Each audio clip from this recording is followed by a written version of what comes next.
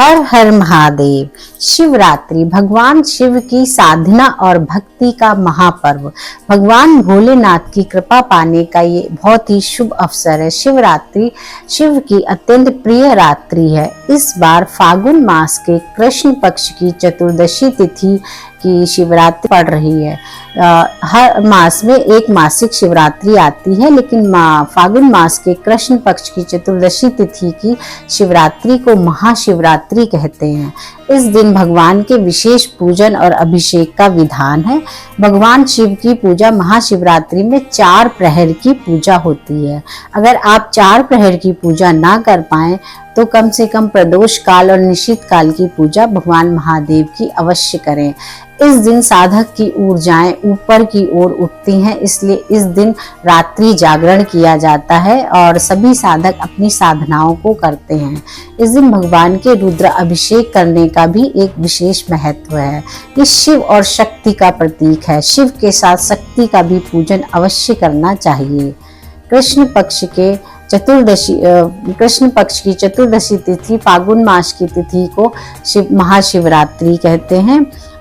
इस ईशान संहिता के अनुसार इस तिथि पे भगवान शिव करोड़ों सूर्य की प्रभा के समान लिंग के रूप में प्रकट हुए थे, इसलिए इसको महाशिवरात्रि कहा जाता है।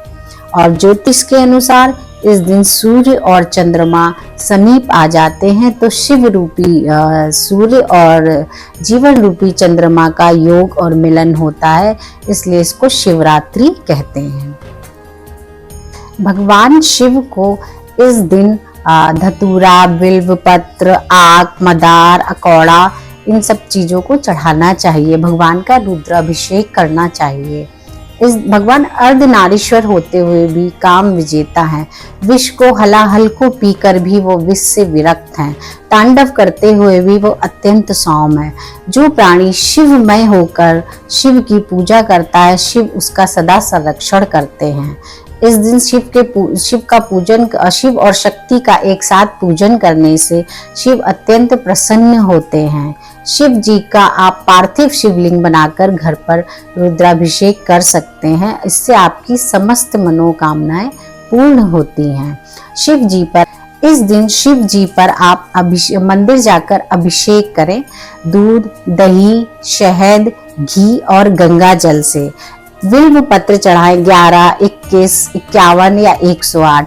सब पर नमः शिवाय लिखकर एक एक बिल्व पत्र, भगवान का एक एक नाम लेकर 108 बिल्व पत्र चढ़ाएं, या आपको जितने बिल्व पत्र मिल सके उतने चढ़ाएं। इससे शिव जी अत्यंत प्रसन्न होते हैं। शिव पर जलधारा चढ़ाने से भी शिव जी बहुत प्रसन्न होते हैं। शिव जी पर अलग अलग सामग्रियों को चढ़ाने का अलग अलग महत्व है।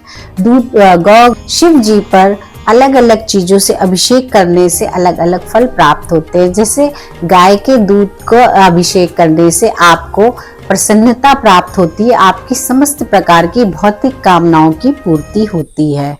जल चढ़ाने से आपके मन में शांति आती है, आपकी व्याकुलता दूर होती है, आपके अंदर स्थिरता आती है, हमारे जीवन में एक स्थायित्व आता है। हमारे मन में जो अकारण उथल पुथल चलती रहती है वो शांत होती है, मानसिक विकार शांत होते हैं। काला तिल चढ़ाने से शिव जी पर पहले काला तिल चढ़ाएं, उसके बाद जल चढ़ाएं।